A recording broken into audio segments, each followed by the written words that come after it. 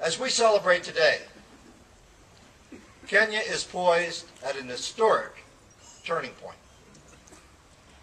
The post-election crisis, which Kenya suffered, opened up an unparalleled opportunity to address the underlying problems, particularly the culture of impunity and negative ethnicity, which have impeded democratic development. The constitutional review process is, as President Barack Obama stated, quote, a singular opportunity to put Kenyan governance on a more solid footing that can move beyond ethnic violence, can move beyond corruption, can move the country towards a path of economic prosperity. And he went on to state, I hope, the President said, I hope that everybody takes advantage of this historic moment. Vice President Joseph Biden, during his recent visit to Kenya, stated, quote, putting in place a new constitution and strengthening your institutions and the rule of law will unleash the energy of the youth, deepen the roots of your democracy, and guarantee your future security. Our own American experience demonstrates how difficult it is to bring about fundamental change and to advance the democratic process. To the extent we have been successful, we have benefited from the extraordinary achievement of our founding fathers, for they put in place a constitutional framework based on the principle of checks and balances. That system was premised on a hard-headed assessment that in order to protect the interests of all, the power of any one institution, individual, or group must be limited. The challenge to balance that respect for the will of the majority with the necessity to protect the rights of minorities is indeed a constant struggle in all democracies, including our own.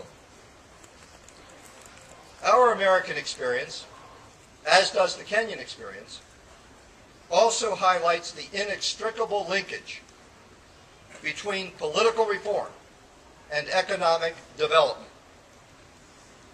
Economic growth in the United States was greatly accelerated only after we finally addressed the civil rights issues which had torn our country apart for so long.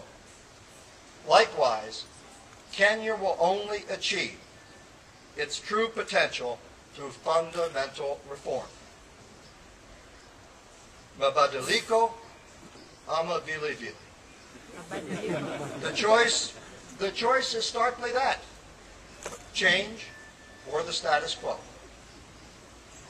Perpetuation of the status quo would likely lead to more instability.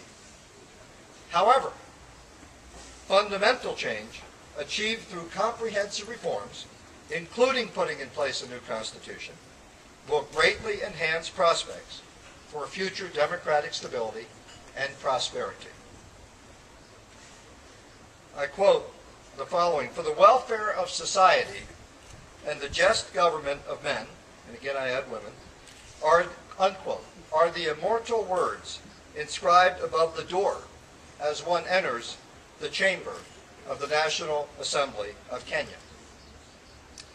Those words remind us that Americans and Kenyans share a belief in the power of the democratic spirit, profoundly illustrated by both countries' journeys to independence. As we reflect upon this independence anniversary and the partnership that we share between the United States and Kenya, I'm reminded of the Kenyan proverb. Here I go again. Nia ikiwa moja, kilicho mbali huja. More or less, no matter their differences, people working towards similar goals do achieve it. The Kenyan people have a shared goal. That goal is to unify the nation as one people and to promote the well-being of all through a process of peaceful fundamental change. We will stand by your side as you work to achieve those goals.